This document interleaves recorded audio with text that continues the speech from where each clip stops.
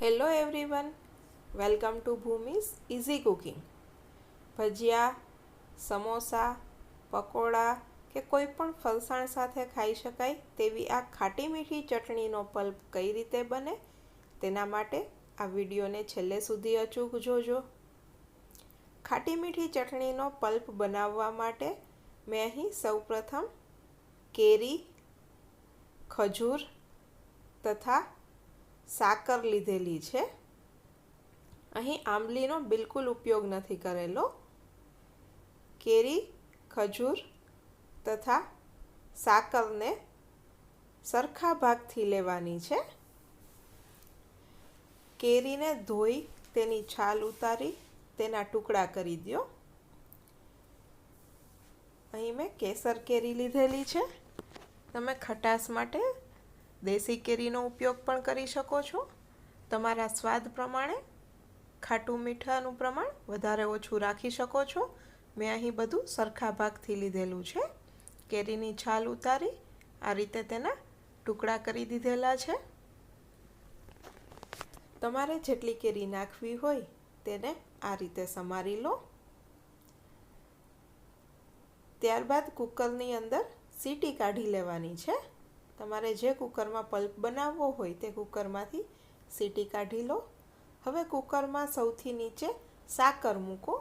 સાકર જો વધારે મોટા ગાંગડા હોય તો તેને ખાંડણીની મદદથી ખાંડી નાખો અને થોડો ઝીણો ભૂકો કરી દો. નીચે સાકરનું લેયર થઈ ગયા બાદ તેના ઉપર ખજૂરના ટુકડા કરી તેનું લેયર કરો. ખજૂરમાંથી ઠળિયા કાઢી દીધેલા છે તથા તેને ધોઈ અને આ રીતે તેના ટુકડા કરી દીધેલા છે. તો જેટલા માપથી સાકર લીધેલી હોય તેટલા જ માપથી ખજૂર લો અને ખજૂરનું લેયર કરવાનું છે.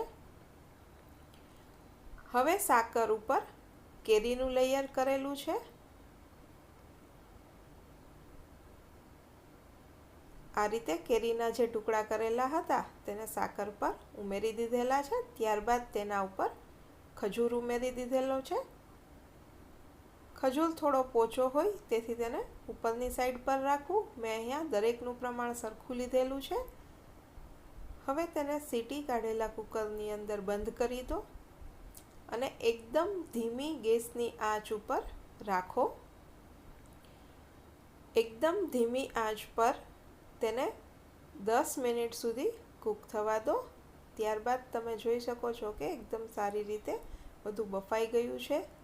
તો આ રીતે ખજૂર, કેરી તથા સાકરને હવે મિક્સચર બોલની અંદર ઉમેરી દો અને તેને ક્રશ કરી દો. આ રીતે મિક્સચર બોલની અંદર ક્રશ કરી તેનો જે પલ્પ થાય તેને એરટાઇટ કન્ટેનરની અંદર લઈ લો.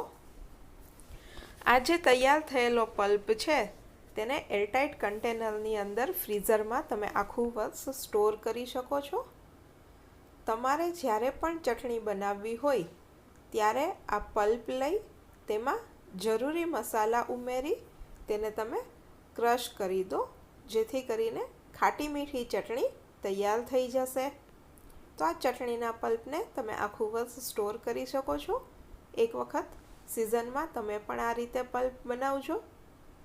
ત્યારબાદ તેની ચટણી બનાવી તેનો ટેસ્ટ કેવો આવે છે તે મને કમેન્ટ બોક્સમાં અચૂકથી જણાવજો. વિડીયોને લાઈક કરજો. તમારા ફ્રેન્ડ્સ, ફેમિલી મેમ્બર્સ અને રિલેટિવ્સ સાથે શેર કરજો અને ભૂમિઝ ઇઝી કુકિંગ ચેનલને સબસ્ક્રાઈબ કરજો. Thank you for watching my video. ફરી મળીશું નવા એક વિડીયો સાથે. એન્જોય.